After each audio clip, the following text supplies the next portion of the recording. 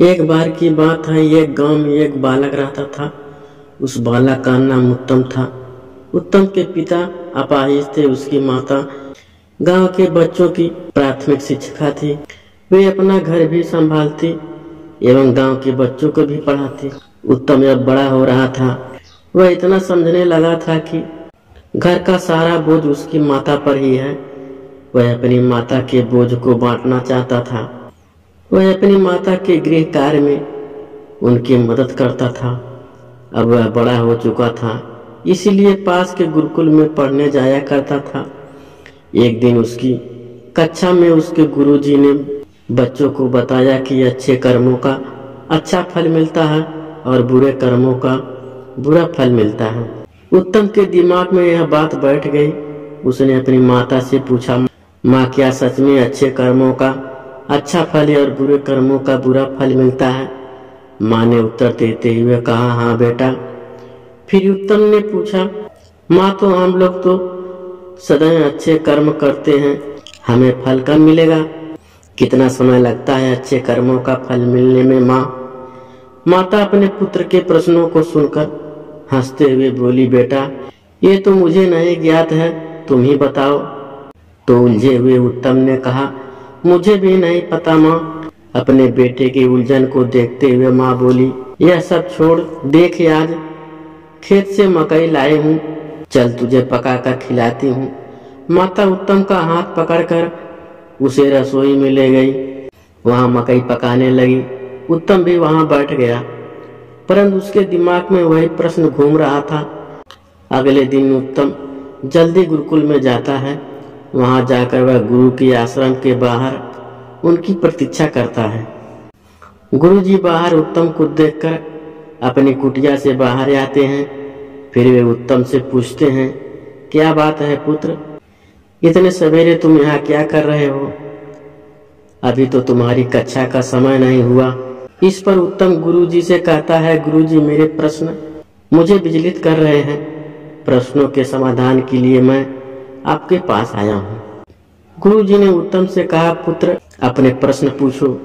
उत्तम ने पूछा, गुरुजी, क्या यह बात सत्य है कि हमें अच्छे कर्मों का अच्छा फल मिलता है और बुरे कर्मों का बुरा फल मिलता है?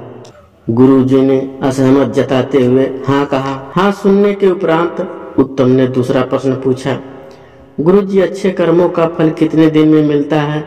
गुरुजी ने उत्तर दिया, समझ से पुत्र, जब उस कर्म के फल आने का समय होता है, उस समय ही अच्छा या बुरा फल मिलता है।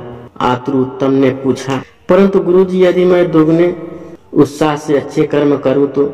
गुरुजी उत्तम की बात एवं मनोदशा को समझ चुके थे। उन्होंने उत्तर दिया, तब बेटा दोगुना समय लगेगा। व्याकुल उत्तम ने फिर पूछा, गुरुजी, यदि मैं और मेहनत से और ध्यान पूर्वक अच्छे कर्म करूं तो? तब गुरुजी ने मुस्कुराते हुए कहा, तब तिगुनी समय लगेगा पुत्र। उत्तम परेशान हो उठा।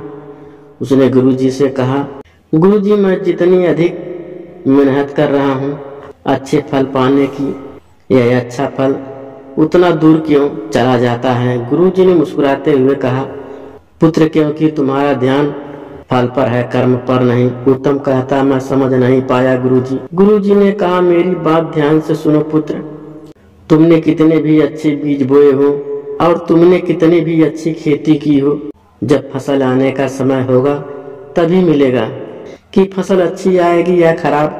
तुम कितने भी अच्छी खेती कर लो, समय से पहले फसल नहीं आती। तुम कितनी भी बुरी खेती कर लो, समय से पहले बुरी फसल भी नहीं आती।